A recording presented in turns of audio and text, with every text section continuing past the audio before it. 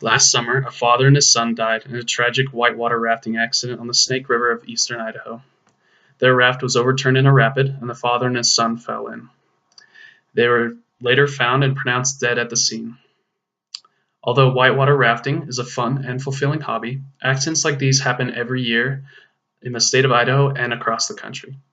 My name is Charlie Barnes, and the goal of this speech is to teach you the fundamentals of guiding, the proper use of equipment, and how to research and scout the river so you can be better educated about whitewater rafting to help reduce the risks of whitewater rafting and enjoy this wonderful summertime activity.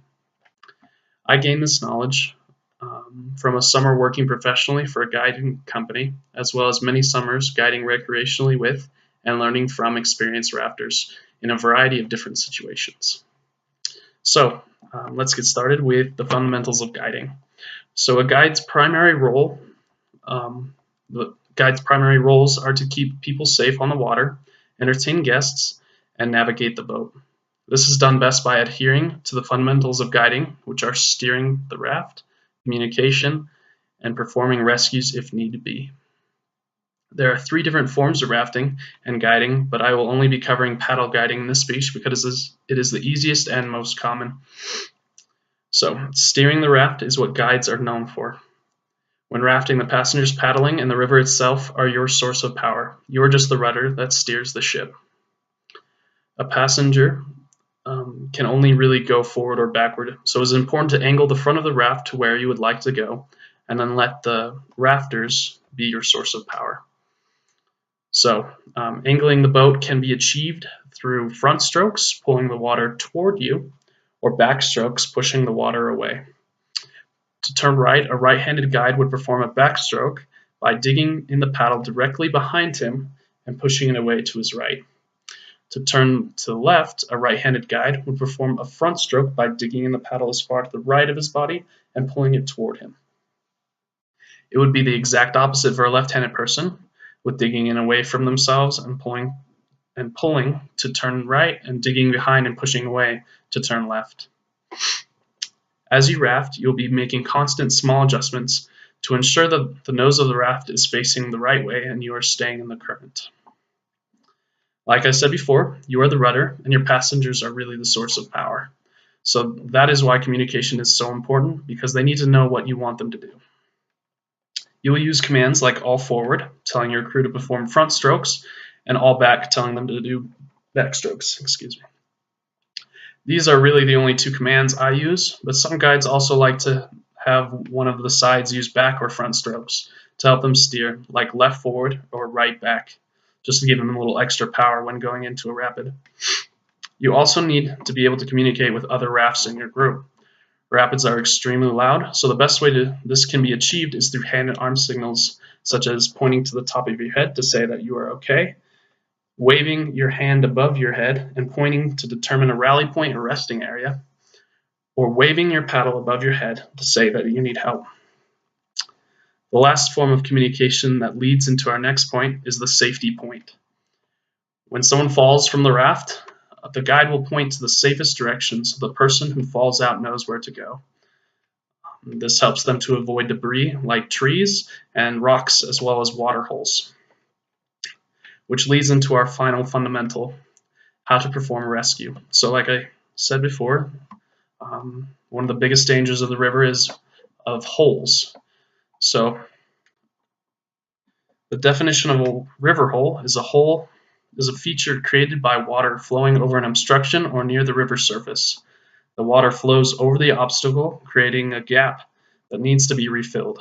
Naturally, the river refills this gap in this case by folding back on itself and falling back upstream, creating a continual recirculating flow of water. So this kind of creates this recirculating flow of water, this sort of washing machine effect. And when people get trapped inside of it, it's just going to keep flipping them over and over, holding them underwater. Now, the best way for someone who gets trapped in a river hole to get out is by curling into a ball. This allows them to kind of roll their way out and back into the normal current, pulling them to safety. So once someone falls out, we need to get them back in. One of the ways we can achieve this is through a throw bag. A throw bag is a bag of coiled rope that is attached to the side of the raft. You want to throw the throw bag past the person downstream so that the current will take that rope to them. They'll grab onto the rope, not the bag, so you can pull them to safety. If they grab onto the bag, it will just keep uncoiling the rope and they'll continue to float downstream. Once you pull them in, you have to get them into the raft. This is best achieved by grabbing onto either side of the life jacket by the shoulders and pulling them in on top of you, just letting your weight pull them on top. So now that we have the fundamentals of rafting, we can discuss equipment. A guide's job is to know the ins and outs of rafting equipment and how they are to be used, and how to teach your passengers how to use them. The life jacket and the paddle are the two most important items that you will use every time you raft. Although the paddle seems straightforward, there's a correct way to use it so it's both effective and safe to those around you. Also keep in mind that it is your job to teach this to your passengers each time you raft. So, the first thing is keeping the paddle perpendicular to the surface of the water when using it. So keeping your offhand high and your main hand low on the paddle. You want it to be perfectly perpendicular to the water so you can dig in deep and get as much torque so that you can paddle effectively and that you can gain speed through rapids. Also, an important part when paddling is sitting in the right place.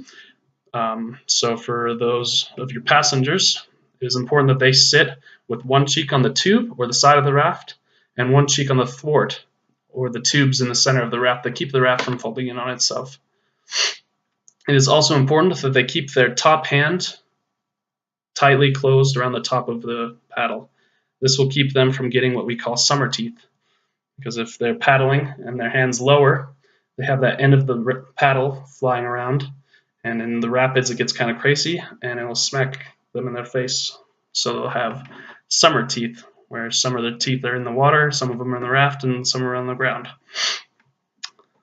It's just a fun rafting joke. So the next point is the life jacket. So the life jacket is your most important piece of equipment. No matter what, under no circumstances should you ever raft without one. So to properly use a life jacket, you need to tighten all the straps on the shoulders and over the chest. They need to be as tight as you can. My dad likes to say that breathing is an option when tightening your straps because it's important that it is as tight as possible. While your passengers are putting on their life jackets, it's important to conduct a life jacket test, which can be done by grabbing on top of the shoulder straps and pulling up as hard as you can.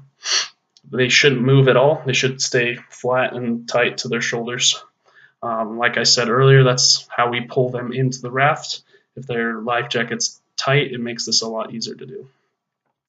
So although those two items are must-have items while rafting, there are other items you may also want to consider using on your trips. A safety knife. It can be holstered right here on the chest. It's used in the event that you're tangled in rope, so you can cut yourself free. Another one is helmets. Some companies require you to wear a helmet when participating, but most recreational rafters don't use them at all. But they can be especially effective, especially if you know the rapid that you're going into is going to be a very dangerous one. So now that we have the base knowledge on how to guide and how to use the equipment, now we need to learn how to read the river.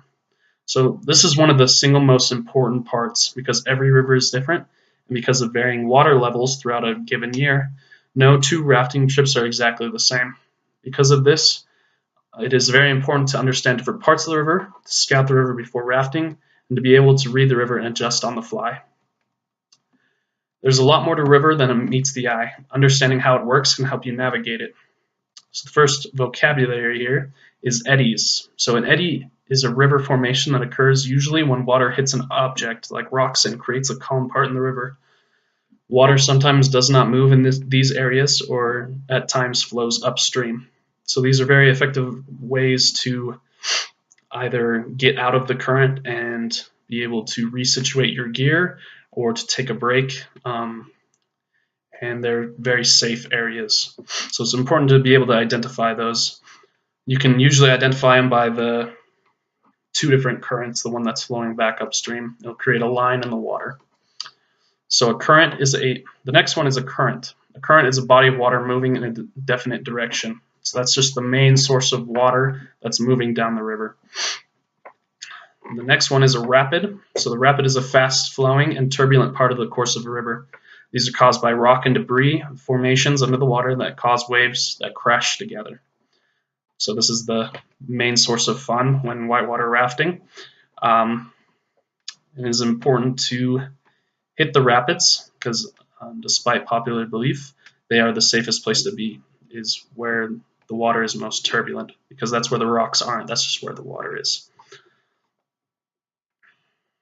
So another important aspect of understanding the river is the international scale of river difficulty.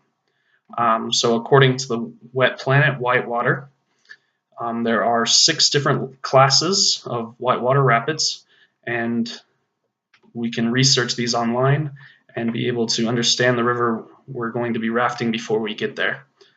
So class 1 is moving water with few riffles and small waves, few or no obstructions. Class 2, easy rapids with smaller waves, clear channels that are obvious without scouting. Some maneuvering might be required. Class 3 rapids with high irregular waves, narrow passages that often require precise maneuvering. Class 4, long difficult rapids with constricted passages that often require complex maneuvering in turbulent water. The course may be hard to determine and scouting is often necessary. Class 5, extremely difficult, long and very violent rapids and highly congested routes, which should be scouted from shore. Rescue conditions are difficult and there is a significant hazard to life in the event of a mishap. The upper limit of what is possible in a commercial raft. Class 6, difficulties of Class 5 carried to the extreme, nearly impossible and very dangerous for teams and experts only. Involves risk of life. Class 6 rapids are not commercially raftable. So it is important to do research beforehand to know the class of rapids that are on the stretch of river that you wish to raft on. You should only go on Class 1, 2, and 3 rapids as a beginner. So scouting the river can help you see potential issues before you ever get to the river. So you do this by driving ahead and checking out the individual rapids before you ever get in the water. This helps to see in the event of higher water or lower water if the rapid has changed at all. A good example of this is Ruby Rapid, which is a big rapid located in the Salmon River in northern Idaho, which is a Class 3 in low water, but it's a Class 5 in high water, which makes a very different experience.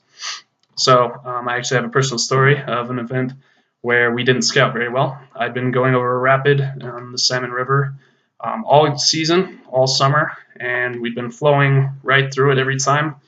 But the time that I took my family on a personal trip, as we approached it, it looked like just like normal from inside the river. But as we went over it, it turns out the water had dropped low enough that the raft drug on a rock and dropped us right into a massive hole. And so the raft got stuck there for a bit, and a lot of us got swept off of it, but we were able to pull out. And all of that could have been avoided if we would have scouted and better understood the rapid before approaching it. So the last point in this is reading the river.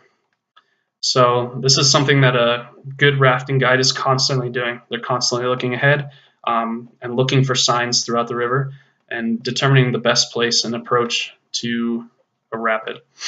So one thing to look out for is the rapid tongue. It's a V-shaped portion of the rapid, and it usually tells you the safest place. So you want to head straight down that V shape in the water, and you'll be able to safely make it through the rapid. And another common trick for reading the river is following the bubbles. So anytime it's a slow stretch of water, you can follow the bubbles because they're following the path of least resistance. So that's the best section of the current, so you can keep moving. So, in conclusion, whitewater rafting is a fun and fulfilling way to experience the beauty that surrounds us in the Idaho area. Wilderness activist Bob Marshall said, "Swift or smooth, broad as the Hudson or narrow enough to scrape your gunwales, every river is a world of its own, unique in pattern and personality. Each mile on a river will take you further from home than 100 miles on a road." Through good rafting fundamentals, proper use of protective equipment, and prior study and analysis of the river, we ensure that we make it home safe. Thank you for your time.